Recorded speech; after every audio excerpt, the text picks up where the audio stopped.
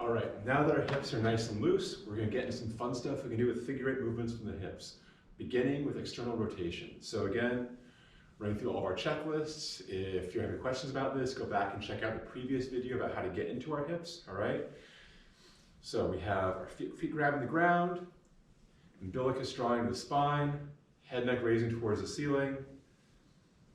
We have a nice roll going through the hips. Now we're going to start taking a look at the upper body, okay? To get that power to come out through the hands, I first need the hands to feel that movement from the hips, right? To get this, I need to create a structure that is conducive to that. So first thing I'm going to do next is concave the chest slightly by knitting the clavicles together and convex the back slightly by splaying the scapula, these large flat bones right here on the shoulders. As I do this, I get kind of a round look to my back, right? And with that rounded back, drawn umbilicus, and raised head and neck, I can now really feel the pull and draw of the hips in my shoulders. And that's where we're going to start. So from this pull and draw in the shoulders, I'm going to let the arms sink as the hip comes forward. And focusing on this right hip, as the right hip rolls back and over, the shoulder is going to follow that hip and round back.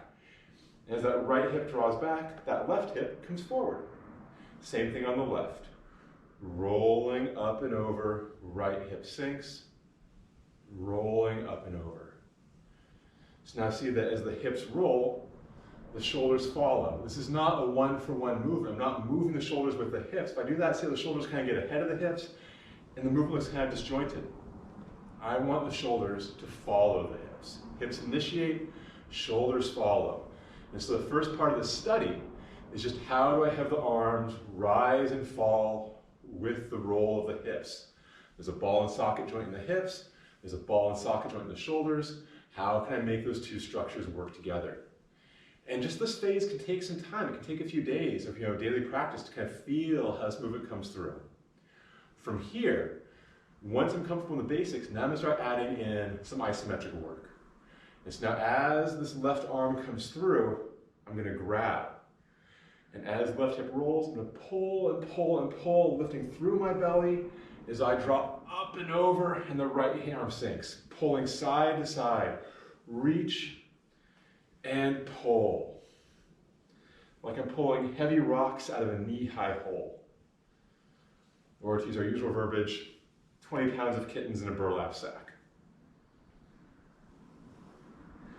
Roll and pull, roll and pull.